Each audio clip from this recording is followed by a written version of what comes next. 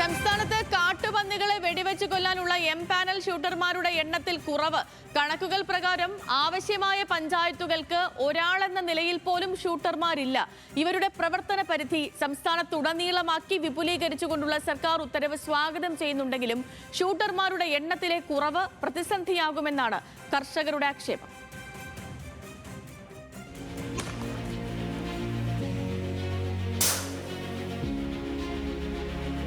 മലയോര കർഷകരുടെയും കർഷക സംഘടനകളുടെയും കാലങ്ങളായുള്ള ആവശ്യത്തിനാണ് പരിഹാരമായത്. മുൻപ് ഓരോ തദ്ദേശ സ്ഥാപനവും അംഗീകരിക്കുന്ന ഷൂട്ടർമാർക്ക് അതാത് തദ്ദേശ ഭരണ പരിധിയിൽ മാത്രമായിരുന്നു സേവനമനുഷ്ഠിക്കാൻ അനുമതി ഉണ്ടായിരുന്നത്.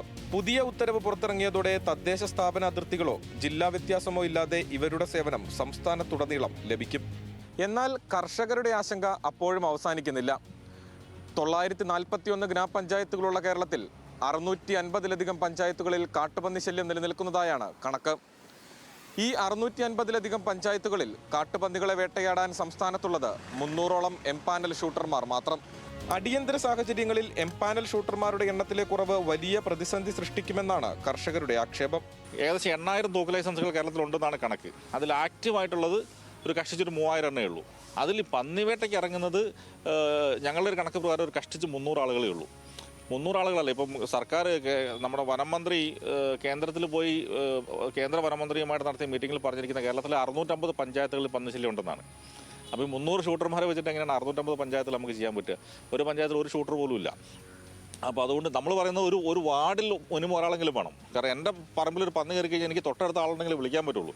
എനിക്ക് അപ്പുറത്തെ പഞ്ചായത്തിൽ നിന്നോ അല്ലെങ്കിൽ സ്റ്റേറ്റ് ലെവലിൽ ഷൂട്ടറെ വിളിച്ച് ചെയ്യാൻ പറ്റില്ല.